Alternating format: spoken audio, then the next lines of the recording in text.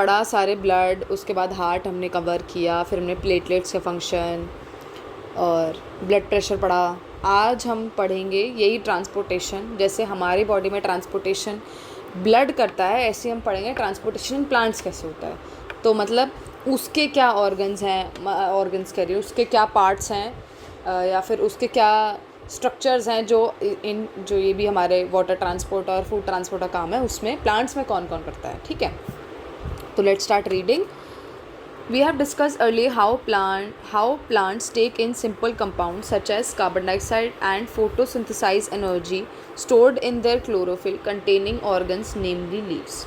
तो जब हमने शुरू में चैप्टर पढ़ा था तो हमने पूरा कंप्लीट पढ़ा था फोटोसिंथेसिस, जिसमें हमने एक असेंशियल पार्ट पढ़ा था क्या, सनलाइट एंड वाटर, मतलब लाइट एनर्जी और हाइड्रो एनर्जी की हेल्प से ही हमारा जो प्लांट है वो फोटोसिंथेसिस करता है। और मेन क्या था हमारा, क्लोरोफिल, जो ग्रीन कलर का पिगमेंट है हमारा, और स्टोमेटा प्रेजेंट होते हैं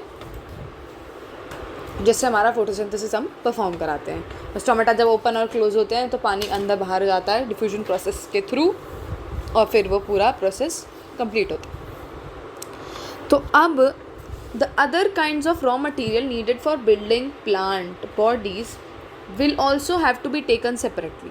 तो अब इसमें रॉ मटेरियल का मतलब क्या है कि प्लांट, जैसे हम खाना खा रहे हैं तो हमारे लिए रॉ मटेरियल है, पर प्लांट्स में हमारे रॉ मटेरियल क्या क्या होंगे, जैसे नाइट्रोजन है, इसके अलावा नाइट्रोजन गैसेस मेनली वही होती है, जैसे अमोनिया हो गया हमारा, NO2 हो गया हमारा, N2 हो गया, NH3 हो गया हमारा। तो ये हमारे सारे रॉ मटेरियल्स हैं needed for the building plant bodies will also have to be taken separately. For plants, the soil is the nearest and richest source of raw material like nitrogen, phosphorus and other minerals. तो पहला नाम इन्होंने दिया nitrogen, phosphorus and हमारा minerals. The absorption of these substances therefore occurs through the part in contact with the soil. in contact with the soil का मतलब क्या है कि जैसे ये हमारा प्लांट है और ये हमारी रूट्स हैं, ये सारी हमारी किसके कांटेक्ट में है, सॉइल के साथ। तो जो मेन हमारा ट्रांसपोर्टेशन होगा किनका, फॉस्फोरस, मिनरल्स और नाइट्रोजन का, वो सारा सॉइल के थ्रू होगा। The absorption of these substances therefore occurs through the part in contact with the soil namely roots. Same explanation. If the distance between soil contacting organs and chlorophyll containing organs are small, energy and raw materials can easily diffuse to all the parts of the plant। अब इन्होंने क्या बोला है कि अगर देखो कोई, मतलब इसको ऐसे ही समझ लें कि हम ऐसा कोई गैप नहीं है, कोई स्पेसिंग नहीं है, तो प्लांट क्या, जो हमारी सॉइल है वो डायरेक्टली कॉन्टैक्ट में किसके, रूट के, तो ऐसे कुछ नहीं, पोर्स वगैरह कुछ भी नहीं है ना, कोई स्पेस नहीं है। तो इसलिए इन्होंने बोला है कि बहुत ज़्यादा नियर हैं, कोई गैप नहीं है और बहुत कम अमाउंट ऑफ एनर्जी लगती है। तो हमारा क्या होता है, प्लांट जो हमारी सॉइल है उससे हमारा डायरेक्ट डिफ्यूजन कहाँ हो जाता है, प्लांट बॉडी के अंदर या फिर हमारी रूट्स के अंदर। But if these distances become large, तो अगर ये बड़े हो गए तो हमें क्या कराना पड़ेगा, diffusion process will not be sufficient. Diffusion की वजह से तो नहीं हो पाएगा to provide raw material to the in the leaves and root. तो हमारा क्या होता है, एक प्रॉपर ट्रांसपोर्टेशन कराया जाएगा। अगर डिफ्यूजन से ये नहीं हो पाता है, अगर वो प्रोसेस नहीं कर पा रहा है, मतलब सॉइल कांटेक्ट डायरेक्ट नहीं है, तो अगर लार्ज स्पेसेस है तो क्या होगा, हमारा डिफ्यूजन के अलावा कोई और प्रोसेस फॉलो करेंगे। तो क्या है, a proper system of transportation. तो मतलब क्या होगा, हमारा ट्रांसपोर्टेशन होगा। अब ट्रांसपोर्टेशन कैसे होगा वो हम पढ़ेंगे। Energy needs differ between different body designs. तो मतलब सारी जो हमारे कुछ शर्ब्स हैं, कुछ हर्ब्स हैं, हमारी ट्रीज़ हैं, उसमें फिर हमारे कोन्स भी हैं, हमारे बहुत अलग अलग टाइप्स के बोनसाई भी होते हैं जो बिल्कुल छोटे रह जाते हैं। तो हमारे हर एक प्लांट साइज़ और डिज़ाइन के हिसाब से ट्रांसपोर्टेशन प्रोसेस फॉलो होगा। Plants do not move and plant bodies have large proportion of dead cells। तो उन्होंने बोला है कि ऑब्वियसली बात है, ह्यूमन जैसे मूव कर लेते हैं अपना, जैसे हैंड हमारा, सब सारी चीज़ हमारी मोबाइल है, तो ऐसे प्लांट्स मूव नहीं करते। तो उन्हें एक जगह स्टेबल रह के ये अपना सारा जो हमारा फंक्शन है वो फॉर्म करना है। और जो हमारी प्लांट बॉडी है उसमें बहुत ज़्यादा डेड सेल्स होते हैं, डेड टिश्यूज़ भी होते हैं। As a result plants have low energy needs तो जो क्योंकि मैक्सिमम जो है हमारे डेड सेल्स हैं तो इसलिए उसकी एनर्जी नीड्स बहुत ज़्यादा कम है. And can use relatively slow transport system. तो जैसे हमारी बॉडी में बहुत जल्दी जल्दी, जैसे हमारा हार्ट पंप बहुत मिली सेकेंड्स में कर रहा है, उसके अलावा हमारा ATP जनरेशन भी बहुत जल्दी जल्दी हो रहा है. तो प्लांट में ऐसी कोई वो नहीं है, हार्ड एंड फास्ट उन्होंने रूल नहीं बनाया है, मतलब कि बहुत स्लो, अगर वो आराम से भी अपना ट्रांसपोर्ट प्रोसेस करेंगे तो भी वो सर्वाइव कर सकता है ईजीली.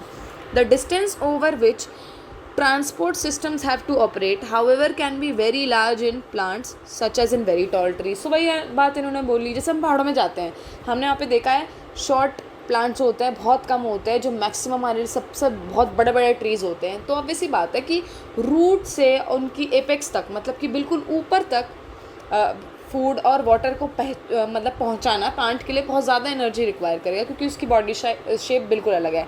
अगर हम इससे बात करें जो लैंड पे हमारे जो प्लेन पे, मतलब कि हमारा अगर हम थोड़ा इंडिया का रो मैप लें तो अगर हमारे हिमालयाज़ यहाँ पर हैं तो यहाँ पे ट्री साइज़ बहुत ज़्यादा बड़ा है. और जैसे हम यहाँ पे बात करें हरियाणा, दिल्ली, इसके अलावा MP, UP, है ना, यहाँ पर हमारे बहुत शॉर्ट ट्रीज़ दिखाई देते हैं. तो उन्होंने बोला है कि जिस हिसाब से उनकी बॉडी डिज़ाइन होगी उसके हिसाब से ही उनकी एनर्जी रिक्वायरमेंट होगी, मतलब उसके हिसाब से वो अपना प्रोसेस फॉलो करेंगे.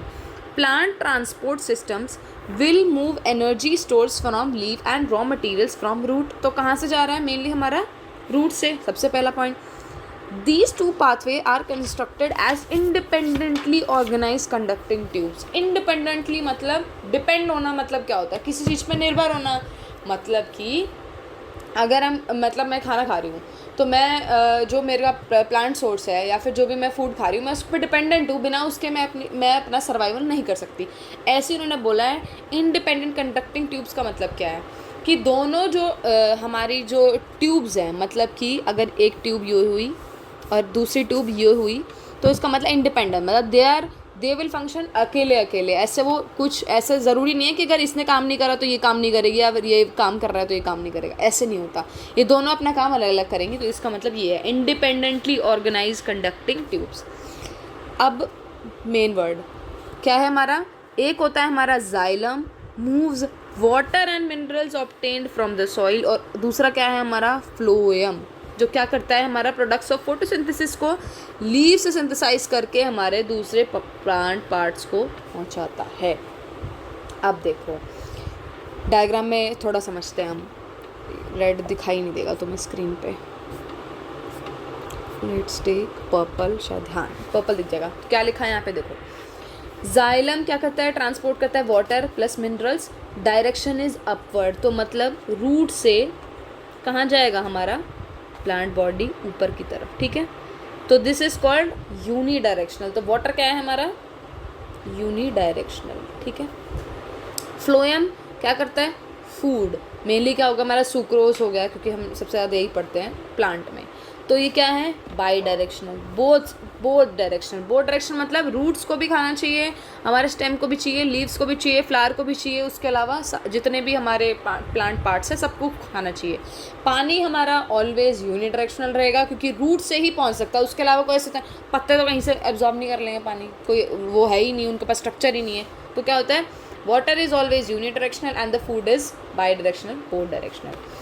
अब इसके बाद सेम यहाँ पे लिखी थी, xylem moves water and minerals obtain from the soil, and phloem हमारा प्रोडक्ट्स ऑफ फोटोसिंथेसिस, मतलब कि सुक्रोज हो गया. इसके अलावा हमारे जो भी मतलब मेनली एनर्जी होता है फोटोसिंथेसिस के बाद from the leaf where they are synthesised to the other parts of the plant. ठीक है, तो अब आगे पढ़ते हैं हम. In xylem tissue vessels and tracheids of the root. तो ये किसके पार्ट्स हैं? हमारे रूट्स के.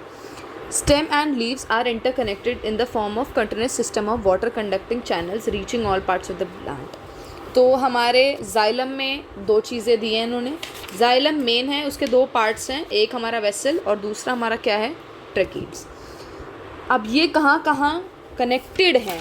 तीन चीज़ दी हैं, रूट, स्टेम और लीव्स, और कॉन्टिन्यूस सिस्टम बना रहे हैं किसका? वाटर कंडक्टिंग, मतलब पानी को कंडक्ट करने के लिए वेसल्स और ट्रकीड्स हैं जो कि रूट, स्टेम और लीव्स तक कनेक्टेड है. At the roots cell in contact with soil actively take up ions, मतलब कि जैसे ये डायग्राम यहीं देख लेते हैं हम.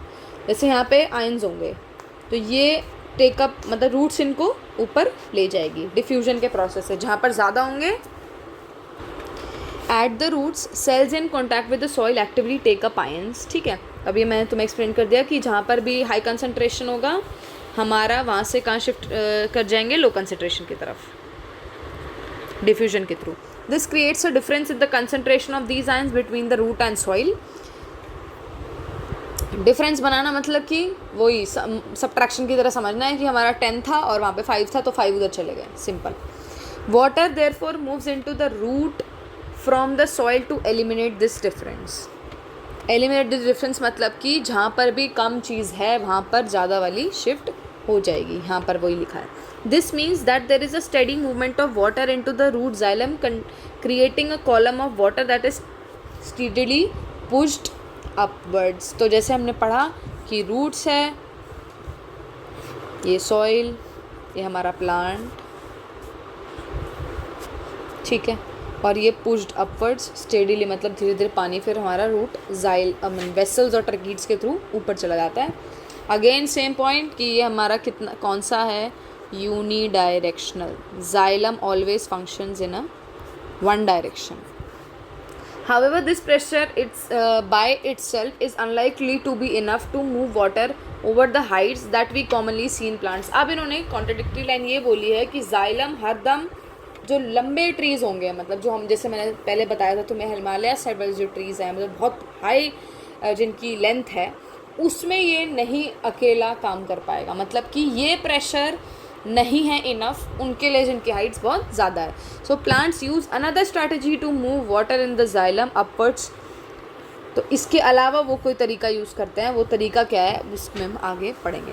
Provided that the plant has an adequate supply of water, the water which is lost, the stomata is replaced by the water from the xylem vessels in the leaf. अब इन्होंने बोला है एक्स्ट्रा वाटर की बात हो रही है, जैसे कि